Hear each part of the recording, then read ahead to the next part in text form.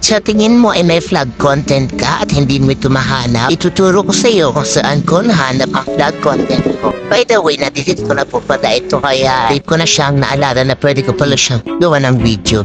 Pupunta lamang po kayo sa profile nyo, si dashboard, and may nakikita po kayo dyan na para settings task.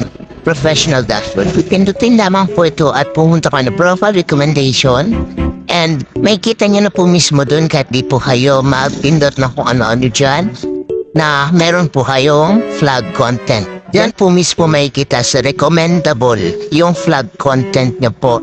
So ako po nag-take action na po ako agad. Dinilit ko na po yun kasi live video po yun yung ano po nung pag-parade namin yung Pride Month. So, na-flag content po ako, kaya dinilit ko na po siya. Hindi niya na po kailangan magpindot na kung ano-ano. Pag open niyo po ng profile recommendation, nandun na din po yung flag content po, na parang hazard sign niya.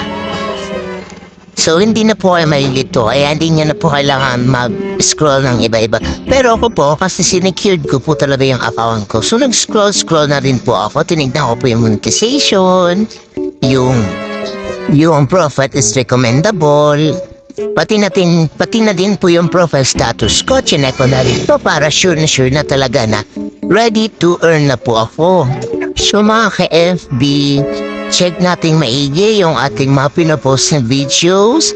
Mas better pa na hindi tayo gumamit ng mga music na feel natin na maiging. At lang po sa pag-earn natin ng pera sa Facebook para na rin po smooth ang ating kitaan. Yun lang. Salamat!